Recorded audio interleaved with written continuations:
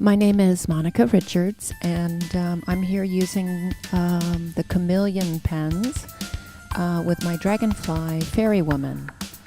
So I drew her for my latest coloring book, the Book of Gargoyles and Garden Creatures, which is published by Zed Presents, and it'll be coming out this spring. She's a mix of Art Nouveau and Indian Mendi styles, and I created this piece more for meditative color. So when I'm drawing an image for coloring, I like to add all kinds of shapes and spaces for color.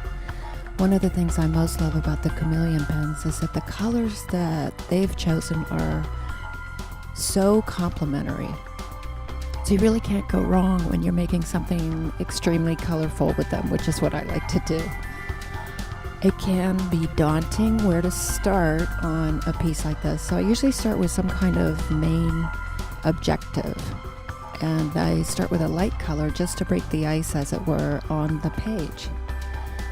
So for the Dragonfly Woman, I decided to go with an overall blue-green motif for her. We'll see where that goes.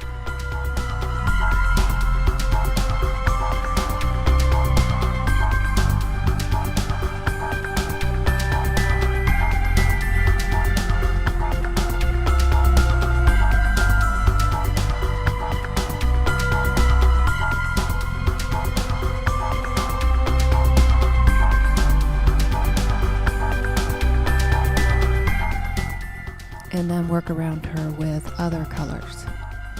I love to journey through the art and color and just let my instincts take over. Another thing I love about the Chameleon Pens is the richness of their base colors, which I can use in between lighter blends to bring out the overall form. My Dragonfly Woman, she's kind of like a mandala. She's centered on a mirror design, so it can be fun and meditative while you color. It really adds to the amount of colors I can use in this image. So once a section is dry, I can come back and smooth it with the colorless blender if I need to as well. When I'm working in blend mode, I like to infuse the alcohol for at least 12 to 15 seconds just to get it as light as possible.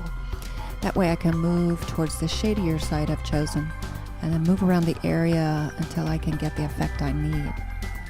I'm not a perfect colorist. I'll be the first one to tell you. I am sloppy and I'm fast, and these pens really allow for people like me to just play with them. I'm very organic while I color. I allow for myself to learn as I go. So something that might seem like a mistake, I can take it to another level or color once I figure out where I'm going. There is no right or wrong with these pens. Just keep working with them while you get to know them. Coloring is not a place to have to worry about perfection. You don't need to have it all planned and done correctly. This is a place of just letting go and getting lost in the color. If I go over lines or I hit something I didn't mean to, I can just let it dry and come back to it later with a new idea. I love using the lighter colors as a shade outline within an area, and then I can leave some space white. That way the piece can have a real sense of depth if you want.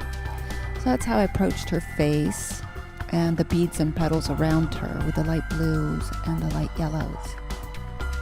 And then to differentiate the Dragonfly Woman from her background, I chose blues and greens and reds on her wings and her form, and then other colors such as pinks and purples, golds and yellows on the outside to help her stand out from the background. Once I do all my coloring, that's when I like to go back in and fix shading. And then also I like to shade my main focal point, in this case the Dragonfly Woman. So giving her a little drop shadow to help bring her forward. And then I also like to add some shading around certain design elements. So around her wings and around some of the Mendi areas. So she's a really special piece for you to have. I really hope you enjoy coloring her.